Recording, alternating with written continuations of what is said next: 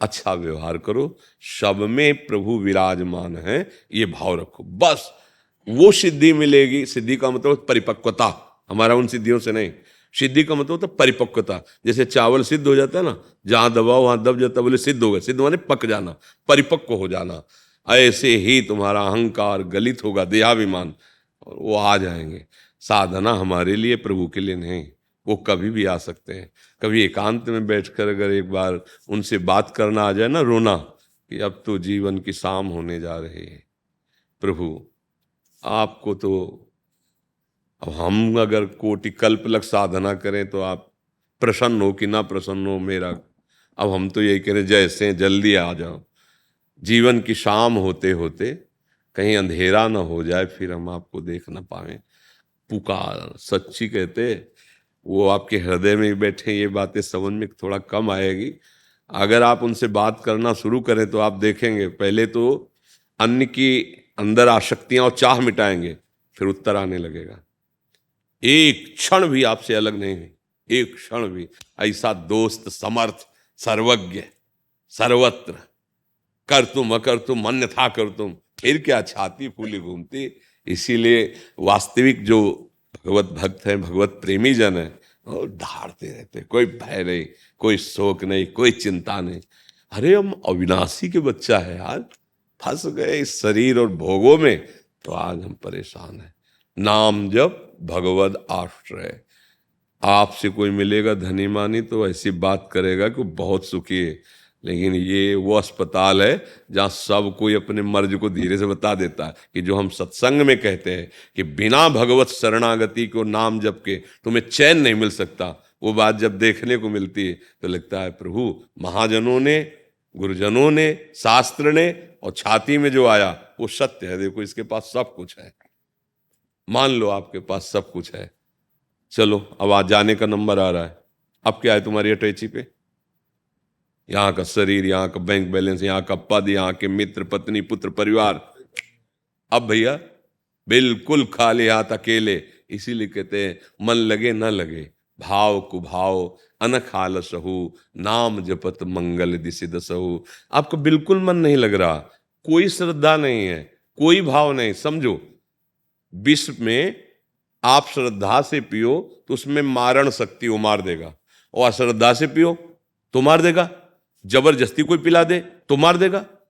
अमृत के कुंड में प्यार से सकिल जाओ तो अमर हो जाओगे, ढकेल दिया जाए तो अमर हो जाओगे। उसका काम है अमर करना, क्योंकि उसमें अमृत है। ऐसे ही नाम में सत्तारणी कृत स्वभाव सुधार सौगम, राधाभिधान में दिव्य निधानम अस्ति। ये राधा नाम सत्तारणी, क्यों राधा राधा, इसका स्वभाव है तार देना।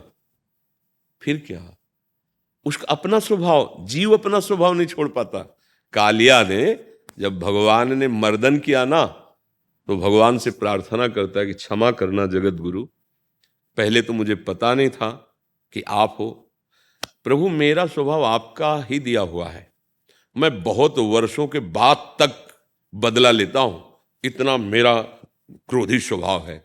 तो मैंने जो किया वो अपने स्वभाववश किया, पर नाथ आप हमसे क्रुद्ध मत होइएगा, अपराध मत मानिएगा, क्योंकि मेरा स्वभाव। एक सांप अपने स्वभाव की बात कर रहा है, मैं नहीं छोड़ पाऊंगा, तो भगवान का स्वभाव, फिर हमारी लाडली जी का स्वभाव, वो कैसे छोड़ सकते? जीव अपना स्वभाव नहीं छोड़ सकता, तो ईश अपना स्वभाव छोड़ देगा क्या? सोचो, छोटी छोटी वस्तुएं अपना प्रभाव दिखा के रहती है, तो प्रभु अपना प्रभाव नहीं दिखाएंगे? हमें विश्वास करना है। और एक गूढ़ बात कई बार बताते हैं, जैसे आपका क्या नाम है? सचिन शर्मा। है सचिन शर्मा। सचिन। अब हम कहीं खड़े होके और आप कहीं दूर, सचिन, तो आपकी दृष्टि आ जाएगी ना, कौन कौन पुकारा।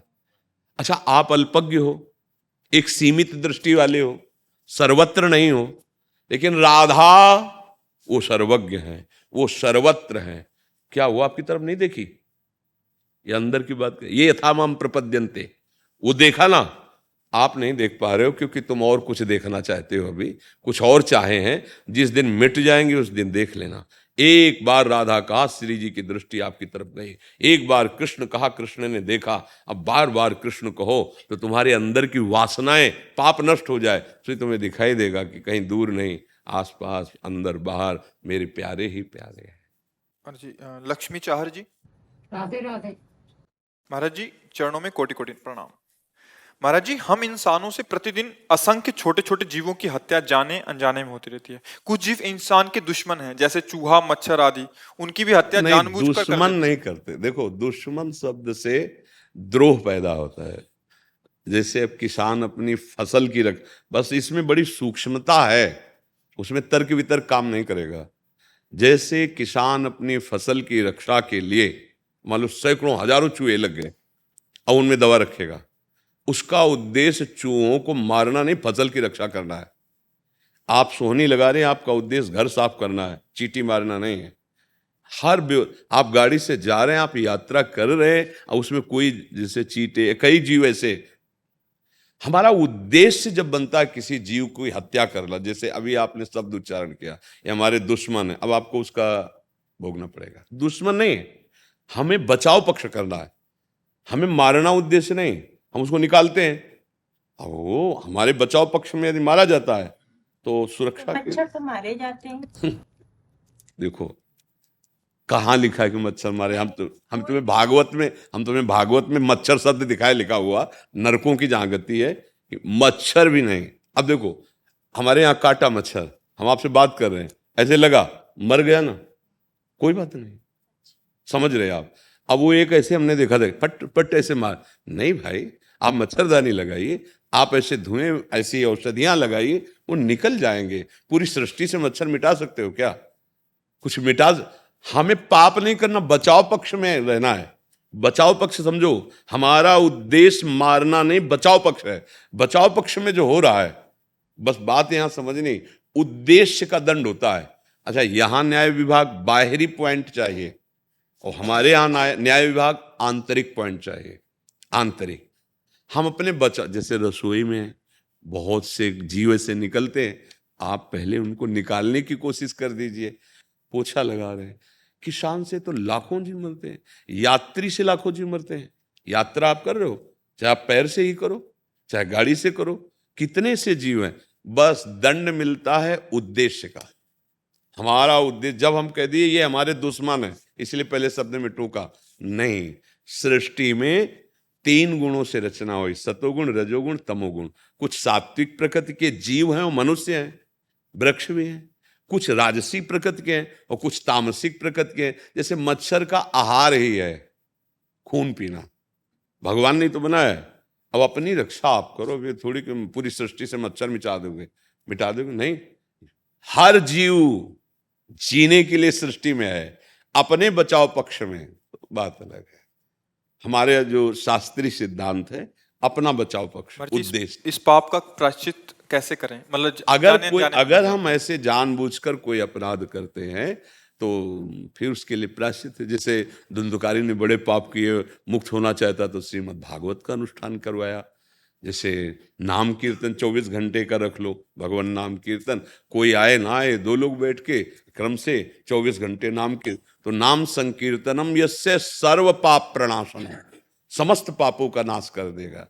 तो इसलिए वैसे लक्ष्य रखा जाए कि हम कोई किसी भी जीव की हिंसा नहीं करेंगे, पर इतनी बात समझ करके ऐसा नहीं, बचाव पक्ष में, अपने धर्म के बचाव पक्ष में, अपने राष्ट्र के बचाव पक्ष में, अपने जीवन के बचाव पक्ष में जो किया जाता है वो अपराध या पाप नहीं। जैसे हमारे भारतीय सैनिक हैं, अब सामने से, अब वहां परिचय थोड़ी पूछने की जरूरत पड़ेगी। अगर वो विपरीत लग रहे हैं और अगर परिचय पूछने के चक्कर में पड़े तो बचाव पक्ष आपका नहीं चल पाएगा। देखो, अगर पाप लगने की बात केवल हिंसा से ही होती तो अर्जुन को भगवान क्या कह रहे, मार सबको, मार इन सबको। मैं मारूंगा नहीं, कांप रहे थे, अरे मेरे ताऊ हैं, दादा हैं, गुरु हैं, ये सबका देख हमारी तरफ विराट रूप भगवान।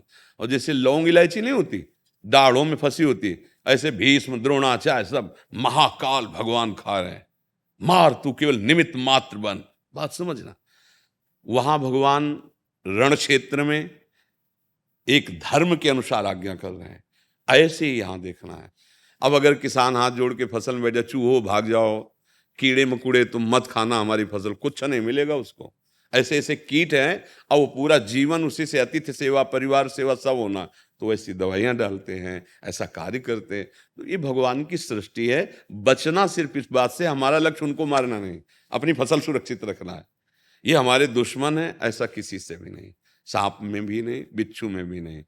कितने हम सांपों को गंगा किनारे जैसे रुके रात्रि में देखा है, आज तक कभी नहीं काटेंगे। आपका संयोग होगा तो काट लेंगे। आपका अगर मतलब है ना, एक गौतमी नाम की बहुत तपस्विनी माई थी, उसके एक ही लाला था और जंगल में भारी तपस्या में रत थी।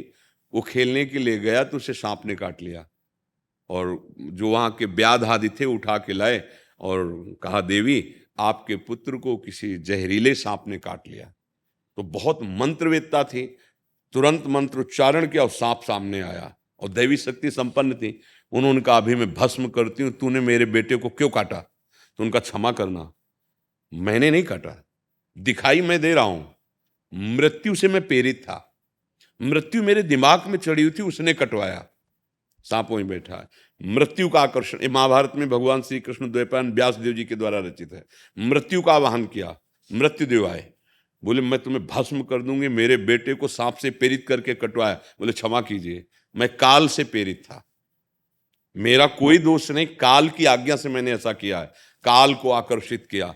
काल ने कहा बोलने की जरूरत नहीं है, तुम्हारे बेटे के कर्म से मैं प्रेरित था, इसी अवस्था में इसको ये दंड मिलना था कर्म का, इसलिए मेरे से प्रेरित मृत्यु, मृत्यु से प्रेरित सांप, और सांप, समझ रहे ना, को न काहू के सुख दुख कर दाता। जैसे कोई कह देता है ना कि हमारे ऊपर कुछ करवा दिया किसी ने, सच्ची मानना, अगर तुम्हारा कर्म तुम्हें दंड देने के लिए उद्यत हो गया है तो तुम्हारे भ्रम आ जाएगा कि भूत चढ़ गया, किसी ने कुछ कर। हम आपको सच्ची कहते हैं, अगर आपका कर्म दंड देने की क्षमता में वाला नहीं है तो चाहे जितना तंत्र मंत्र कोई कर ले, कुछ नहीं होगा आपके ऊपर। हम अपने कर्मों का फल भोगते, हमें भ्रम हो जाता है। वही हम जब दंड मिलना होता है तो जानते हो सबसे पहले क्या होता है? बुद्धि, बुद्धि को बदला जाता है।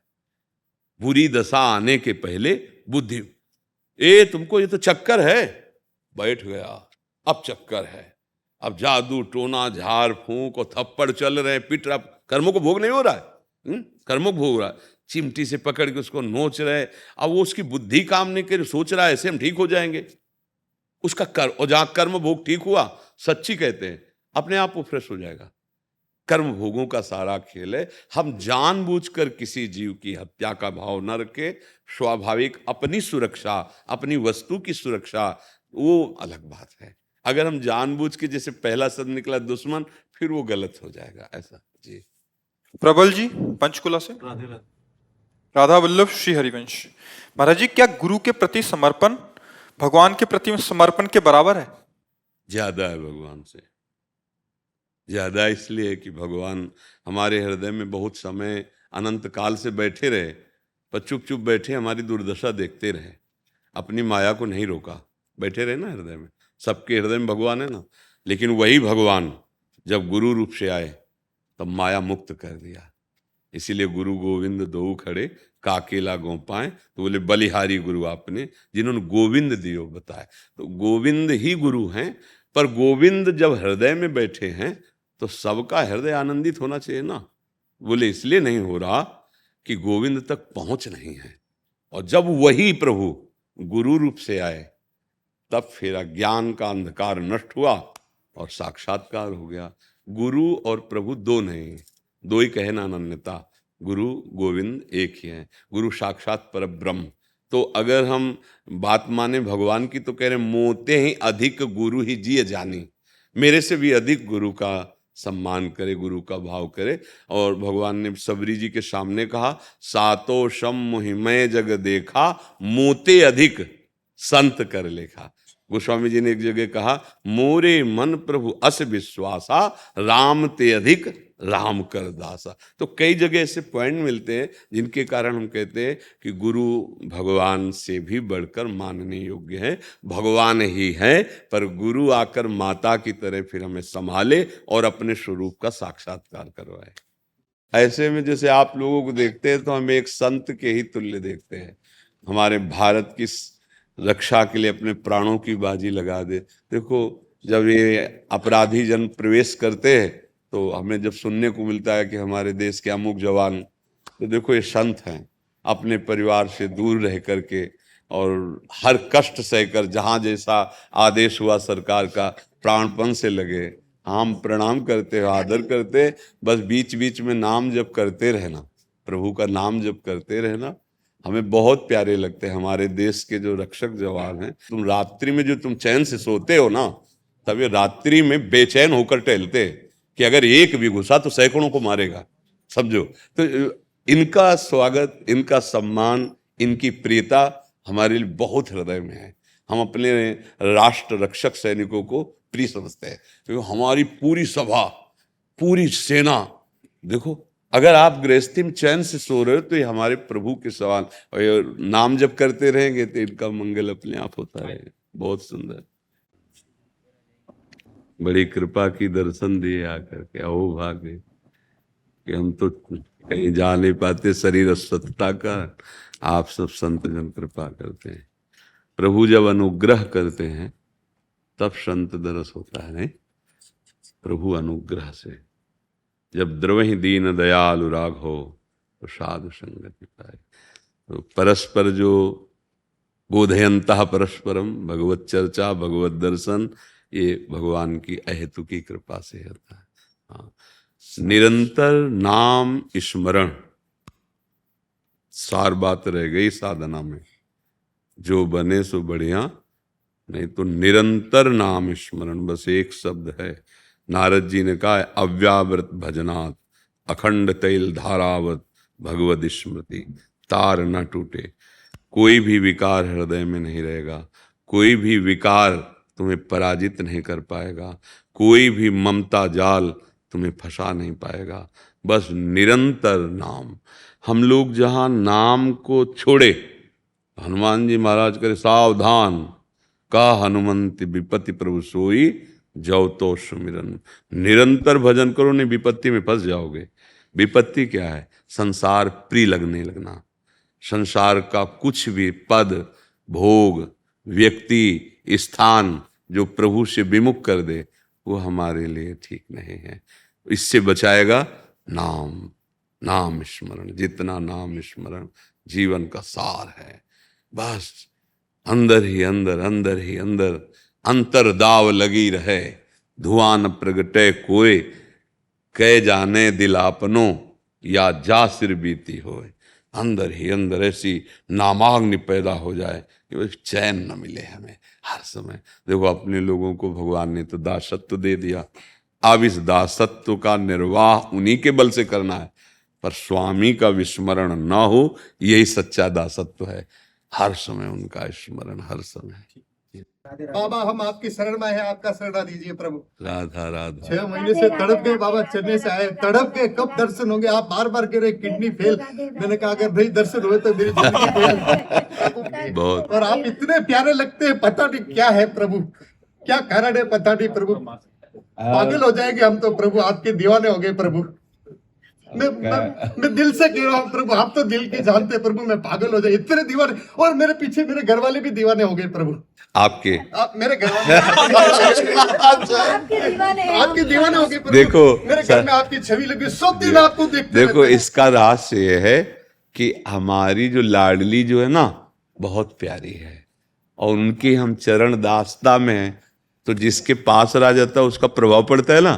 तो ये प्रभु का प्रभाव है, और आपके हृदय में भी प्रभु हैं, तो वही आकर्षण है। आप हमें अभी देख रहे हो, हम आपको अभी देख रहे हैं, पर ऐसा लगता है बहुत पहले से परिचय है, तो क्योंकि हम दोनों के अंदर प्रभु बैठा हुआ है, नहीं बैठा है। ये तो बहुत सौभाग्य है कि आपका प्यार किसी संत के प्रति है, नहीं ना? नहीं, राधा राधा। प्रेम को कैसे समेटे? तो फैलता ही जा रहा है। अभी प्रेम तो जाना ही नहीं ना, इसीलिए प्रेम ठीक ठिकाने पे लगा नहीं, इसीलिए फैलता चला जा रहा है। नहीं तो अगर प्रेम को जान जाओ जिसे प्रेम कहते हैं, और प्रेमी को जान जाओ जिसका प्रियतम से संबंध होता है, तो कोई ऐसी जगह नहीं जहां प्रीतम ना हो। पत्नी में भी वही है, पुत्री में भी वही, पुत्र में भी वही, सारे जगत में वही है। समिट गया प्रेम। हम समझते हैं इनसे प्रगट में अलग होना प्रेम है। नहीं नहीं, इनमें जो बैठा हुआ है उसको जानना प्रेम है। आप में मेरा प्रीतम बैठा हुआ है। आप इसी भाव से किसी से भी अगर आप शरीर को प्रीतम मानेंगे तो दुख मिलेगा, बहुत पछताओगे, क्योंकि ये स्थायी है नहीं ना। शरीर में जो बैठा हुआ है वो प्रीतम है, और उसी से प्यार वास्तविक हम करते हैं, पर हम प्रगट में नहीं उसको मानते ना जानते। वो निकल जाए तो फिर इस शरीर को कौन रखेगा।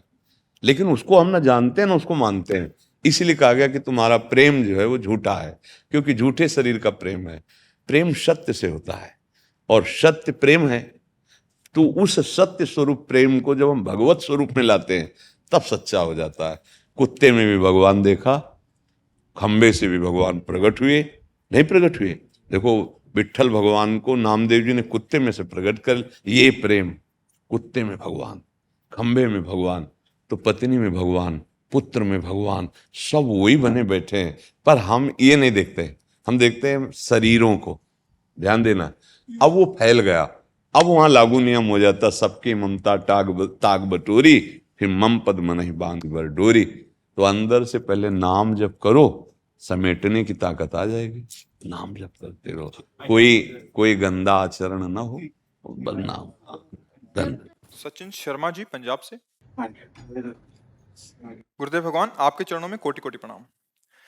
गुरुदेव, अन्य युगों में कई तरह के चमत्कार होते थे। अपने शरीर का आकार बदल लिया जाता था, कभी भी कोई गायब हो जाता था। ऋषि महात्मा अन्य युगों में चमत्कार सबके नहीं होते थे। जो उस प्रकार की सिद्धि प्राप्त करते थे उनको होते थे, सबको होते थे क्या? अब आजकल की साधन ही नहीं उस कोट की। पहले जैसे सुनते थे कि ऋषियों के पास उनके मार्ग भ्रष्ट करने के लिए अप्सराएं भेजी जाती थी, सुना है आपने? अब जरूरत ही नहीं। समझ रहे हमारी बात? आजकल मन के अनुसार ही चलना है। शास्त्र, गुरु, संत, साधना। अब जैसे कुछ महापुरुष ऐसे हैं तो ये सिद्धियां भगवत प्राप्ति में बाधक हैं, ये भगवत दर्शन नहीं करने देंगे। जब कोई भगवत मार्ग में सच्चाई से अग्रसर होता है तो इंद्री द्वार झरोखन नाना, बैठे देवता करि करि थाना, आवत देखें विषय बयारी, तुरत देह किवाड़ उघारी। पहला काम करते हैं, देवी माया से पीड़ित होकर हर देवता अपने अपने अंगों पर विराजमान हो जाते हैं, और जहां उसके अंदर जो वासना रही है वो सामग्री सामने फेंक देते हैं भोग की, और स्वतंत्रता, और उसके लिए कोई बंधन नहीं, क्योंकि वो परमार्थ का पथिक है ना। अगर वो सच्चे गुरु का चेला नहीं है, उसे युक्ति पता नहीं है, तो समझेगा कि भगवान तो बाद में मिल जाएंगे और माफ भी कर देंगे। गिर गए, अब कोई सिद्धि नहीं आएगी। अब अगर उसको क्रॉस कर गया, किसी भोगों को नहीं भोगा, तब आगे ले रिद्ध सिद्ध पेरे बहु आई, बुद्धि लोभ दिखावे भाई, होए बुद्धि जो परम सयानी, तिंतन चितई न अनहित जा। ये हमारा नाश कर देंगे भगवत मार्ग। अच्छा, जैसे इसी प्राकृतिक शरीर को कई जगह दिखा देना, ये क्या चिदानंद बात हुई क्या? ये तो जादूगर भी दिखा सकता है, काट के नहीं दिखा देता। कई कितने जादू ऐसे आश्चर्य में। ये कोई जादू, ये सिद्धियां जैसे एक पर्वत में प्रवेश कर गया, एक ही समय में कई जगह वो बैठा हुआ है, दिखाई देगा सिद्धियां हैं, लेकिन उस सत्य वस्तु की जो परम बोध प्राप्ति है वो रुक गई। होय बुद्धि जो परम सयानी, तिंतन चितई ना नहीं जानी। इनसे हमारा अनहित हो जाता। हमारा जो भगवत प्राप्ति, जो मोक्ष पद, जो ब्रह्मबोध, ये रुक जाए। तो जो मार्ग के पथिक सच्चे हैं वो इनको क्रॉस कर जाते हैं। आता है जैसे आपकी जो योग्यता है उसके अनुसार आपको पुरस्कार मिलेगा ना, वो सुन नहीं अंदर आता है। नहीं, हमारा लक्ष्य प्रभु की प्राप्ति है, सब उसको ज्ञान है। एक सेकंड में आपका एक्सरा करके बता सकता है, ऐसी सब ज्ञान, प्रयोग नहीं। ऐसा थोड़ी क्या है नहीं। अगर कहीं विषम परिस्थिति पड़ी या कहीं विशेष, जैसे भरद्वाज जी से समस्त सिद्धियां थी, कभी प्रयोग नहीं किया। लेकिन जब भरत जी अयोध्या के पूरे परिकर के साथ पहुंचे तो एक ऋषि के आश्रम में इतनी व्यवस्था कहाँ हो सकती है।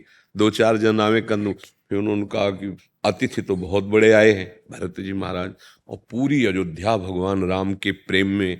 तो फिर कहा आज तक तो तुम्हें स्वीकार नहीं किया, आज तुम सफल हो, जाओ समस्त अयोध्यावासियों और भरत जी के लिए ऐसी व्यवस्था करो, देवराज इंद्र के पास भी जो वैभव ना हो, ऐसा ऐसा किया, वर्णन आता है। लेकिन भरत जी और भरद्वाज जी दोनों असंग रहे। ना भरत जी ने किसी सिद्धि के सुख को स्वीकार किया और ना भरद्वाज जी ने। अयोध्या वासियों की ये दशा थी, अब चूंकि महामहिम सिद्धियां है, ये दशा थी कि कभी इधर ललचा जाता मन तो कभी भगवान के वियोग में हाराम करके रोने लगते थे। लेकिन भरत जी और भरद्वाज जी, तो ये जो जैसे बहुत सी सिद्धियां होती छोटी मोटी ऐसी, भगवत प्राप्ति बड़ा लक्ष्य। जो भूमा सुख का अधिकारी बनना चाहता है वो अल्प सुख का त्यागी होता है। ये सिद्धियां भी तो अल्प सुख प्रदान करने वाली है। जो आगे बढ़ता है तो फिर अणिमा, महिमा, गरिमा, लघिमा, ये सिद्धियां भगवत प्रदत्त होती हैं। ना चाहते हुए भी उसका वैभव, उसका तेज, उसका यश, उसका प्रकाश, वो चाह नहीं रहा, वो अपने आप होता है, अपने आप हो रहा है। जैसे पुष्प में सुगंध आ जाती है तो भौरे अपने आप आ जाते हैं, वहाँ कोई चिट्ठी या कार्ड थोड़ी भेजा जाता है। वो भागवतिक होता है, उसकी स्वेच्छा नहीं होती है। अगर स्वेच्छा से सिद्धियों को स्वीकार कर ले तो उसका भगवत मार्ग रुक जाएगा। आप समझ पा रहे? और कुछ प्रश्न? भवसागर से मतलब पार पाने का यही उपाय है, राधा नाम जपने। भवसागर से एकमात्र भगवद आश्रय लेकर कल यही चर्चा की थी कि प्रायः जैसे लोगों का भाव होता है कि हम किसी चमत्कारिक के पास जाएं और वो हमारा तत्कालिक दुख, जैसे आप किसी समस्या में, हर व्यक्ति कोई ना कोई समस्या रहती है कि उस समस्या से मुक्त हो जाए, तो हम कहते हैं कि ये सब कुछ नहीं है, जैसे हम कहते हैं ना, तो उसका हमारा भाव नहीं समझ पाते लोग। भैया हमारा मकसद ये है कि तुम एक टहनी छोटी सी काट दी, मान लो बहुत समर्थ हो, पर वो अभी 4 वहीं से और किनके निकलेंगे और पूरा वृक्ष है। हमारे दुखों की निवृत्ति हो गई क्या? दुखों की निवृत्ति के लिए हमें पूरा वृक्ष उखाड़ना पड़ेगा जड़ से। भव रोग की अचूक औषधि मामे वे प्रपद्यन्ते माया में ताम तरंतिते। नाम लेत भव सिंधु सुखाही करो विचार सुजन मन माही। अय सुजन, मन में विचार करो, भगवान नाम लेते लेते सारे पाप नष्ट हो गए और भव समुद्र सूख गया, आवागमन से मुक्त हो गए निरंतर नाम जपने से। अब इस बात को ना समझने के कारण, जैसे एक ज्योतिषाचार्य जी आए थे, क्योंकि जैसे हम प्राय कह देते हैं भाई हाथ की रेखा अगर तुम देख रहे हो तो तुम अपनी देख लो और इतने महान बन जाओ कि इन रेखाओं को बदल दो। बदल सकते हो आप, क्योंकि मनुष्य जन्म मिला है। अब हमारी सत बात को ना समझने के कारण उनको लगा कि ये तो ज्योतिषाचार्यों की निंदा हो गई। नहीं, ज्योतिष शास्त्र सत्य है, ज्योतिष शास्त्र सत्य है, लेकिन वो क्या बताता है? तुम्हारे किए हुए कर्मों की रचना को, और हम क्या बताते हैं? तुम्हारे किए हुए कर्मों की रचना को मिटाने के लिए, नए भाग्य की रचना के लिए। हम पशु नहीं हैं कि उन्हीं भोगों को भोगते हुए मर जाएं। हम नए भाग्य की रचना करेंगे। किससे? राधा राधा राधा राधा। अब क्या है कि जितनी बुद्धि उतना समझ में। फिर वही आए थे दर्शन करने और कहा कि मुझे क्षमा कीजिए, मैं आपकी वाणी को जब सुना आगे चल करके कई बार, तब मुझे समझ में आया भाई परमार्थ के पथ में कोई हमें गाली देगा, कोई हमें नमस्कार करेगा, ये तो संसार। अभी कड़ुआ नहीं लगेगा? वही पत्नी पुत्र परिवार, इसी में फंसे हो, पूरा जीवन नष्ट कर रहे हो। ये मरण धर्मा शरीर कभी भी 1 मिनट में छूट जाएगा। ये राधा राधा बोल, सब में भगवान की भावना कर। अब ये बात न आगे वाली नहीं समझी, पीछे वाले बाबा तो ये संतों के पास जाए, अपना आग्रह दुराग्रह छोड़कर वो जो कह रहे हैं बड़ी सूक्ष्मता से समझे तो बात समझ में आ जाएगी। अच्छा, अब हमारे पास आए किस लिए हो? कुछ अध्यात्म की बात तो सुनने आए हो।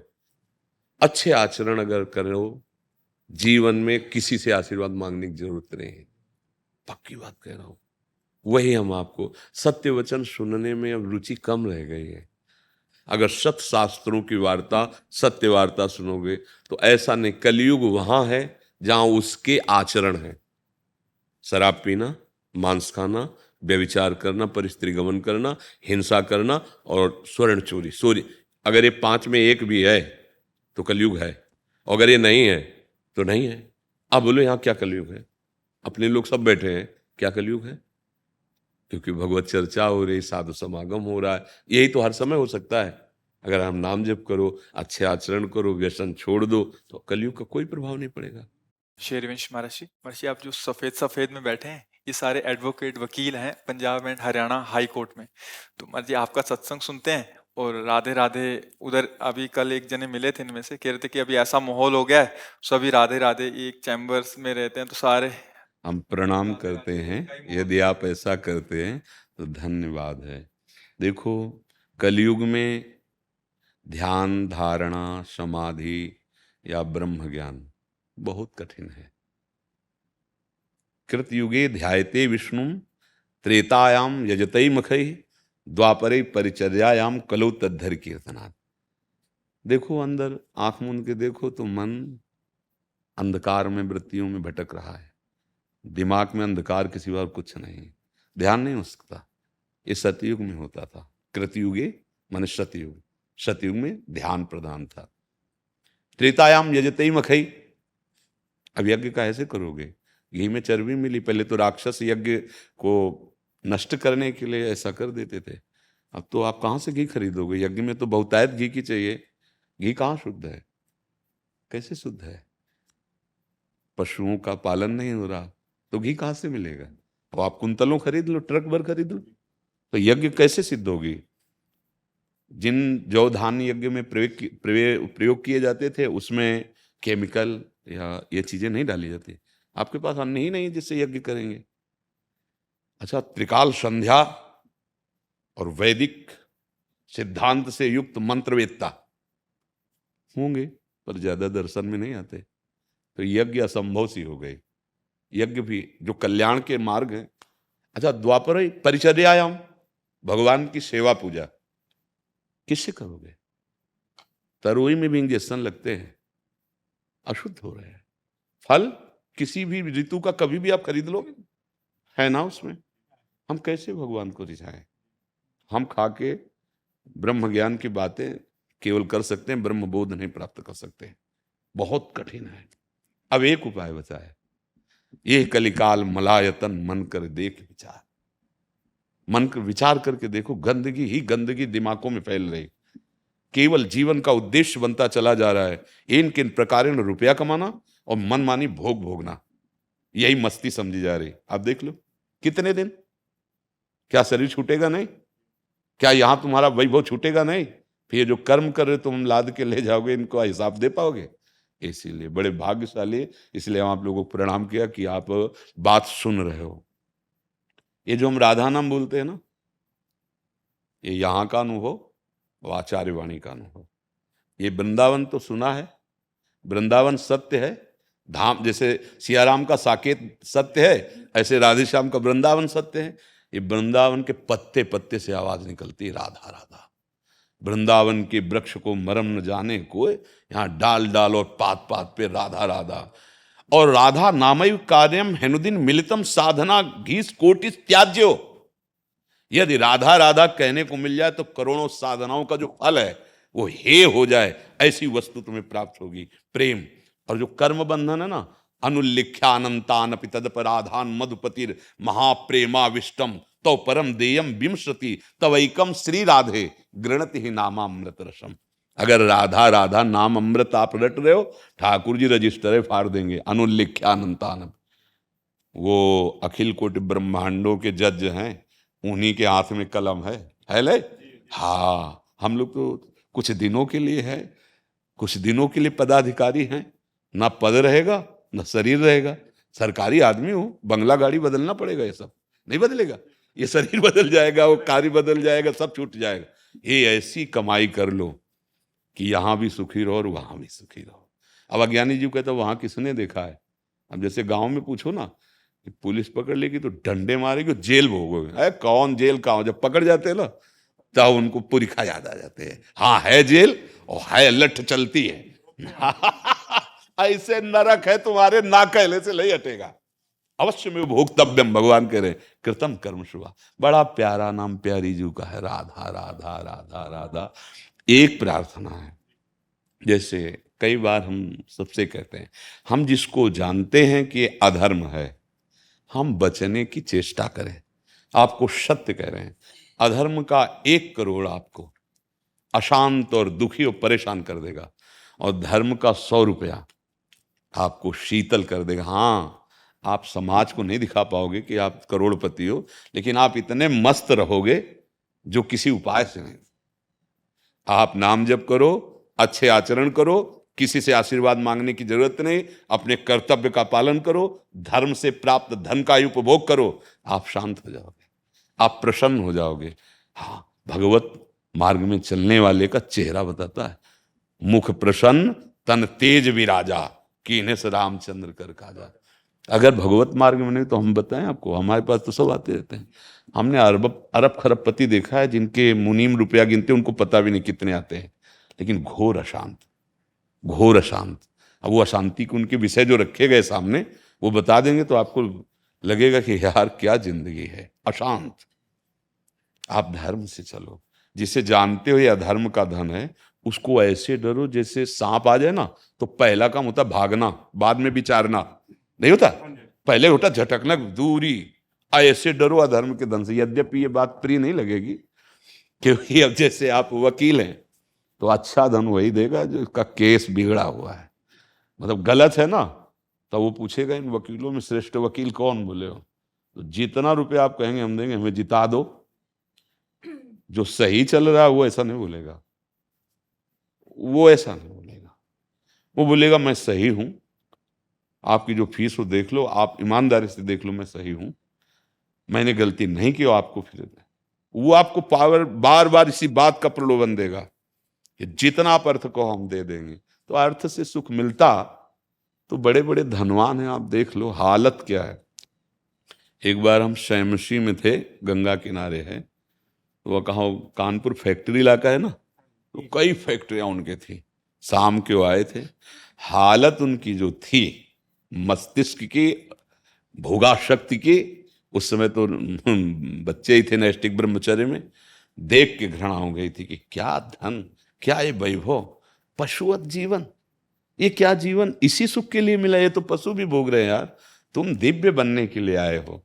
हाँ, गृहस्थी रूपी पूजा करो, अपनी पत्नी से प्यार करो, प्राणपन से पानी ग्रहण किया, दूसरे की तरफ आंख मत उठाओ, ऐसे पत्नी अपने पति को प्यार करे, थोड़ी बूढ़ी मन मुटाव जो होते हैं एक दूसरे को सुलझा ले, इसका मतलब थोड़ा तेरे दिन तलाक, तेरे दिन लड़ाई झगड़ा, ये नहीं होता। ये आज जो हो रहा है ना, वही हम जो पहले बोले कि अभी बोले थे पीछे कि आजकल हमारे बच्चे बिगड़ रहे हैं। अभी कैसे समझेंगे कि पति प्रेम क्या होता है, पत्नी प्रेम क्या होता है? आज व्यवहार कल ब्रेकअप, कैसे समझेंगे? आज मनमानी आचरण, फिर कैसे समझेंगे गृहस्थ धर्म क्या है?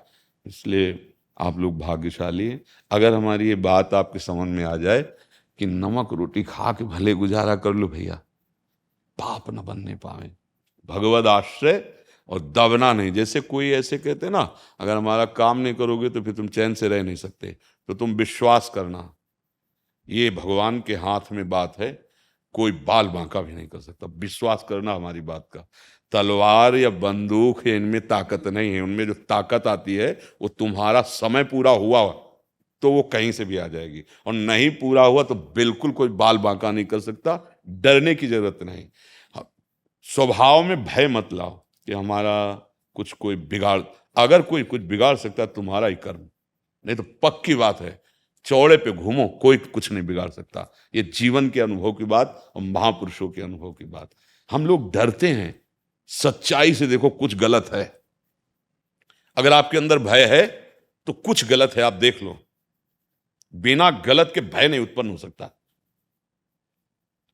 उस गलती को छोड़ दो, निर्भय हो जाओगे।